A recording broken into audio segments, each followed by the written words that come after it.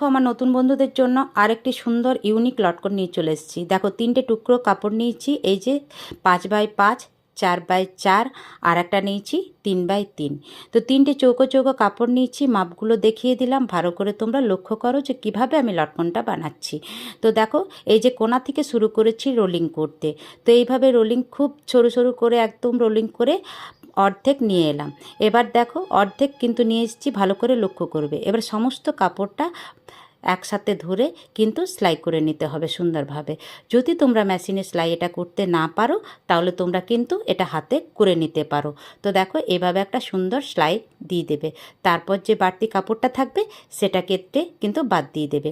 এবার সব দিকে যে ছোট কাপড়টা 3x3 সেটা দেখো আমি নিয়েছি। সেটা নিয়ে আমি এই যে ত্রিভুজের মতো করে এর সাথে অ্যাটাচ করে দিলাম। তো দেখো এটাও অ্যাটাচ করে দিই সুন্দরভাবে। তো তোমরা যদি এইরকম একটা সুন্দর লটকন বানাতে চাও দেখে দেখে, তাহলে তোমাদের টাইম লাইনে কিন্তু শেয়ার দিয়ে রেখো। দেখো এবারে 4x4 কাপড়টার সাথে কিন্তু মাঝ বরাবর এটা আমি সেলাই করে নিচ্ছি।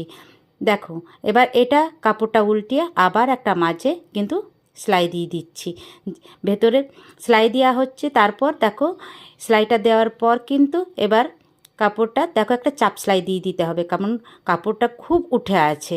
কারণ কাপড়টা একটু অন্য ধরনের চাপ সেলাই না দিলে একটু ফোলা ফোলা লাগছে দেখতে। এবার যে বাড়তি কাপড়টা আমি কেটে দিলাম, 4-5টা আমি এবার সেলাই করে নেব।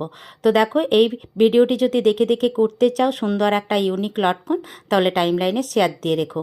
দেখো একটা সুন্দর লটকন রেডি হয়ে গেল। তো ভিডিওটি কেমন লাগলো তোমাদের কমেন্ট বক্সে তোমাদের মূল মন্তব্যগুলি জানিয়ে যেও। দেখো ছোটোর মধ্যে একটা সুন্দর ইউনিক লটকন কিন্তু বেশ কিউট লাগছে দেখতে। তো এবার তোমরা বলো যে কেমন লাগছে।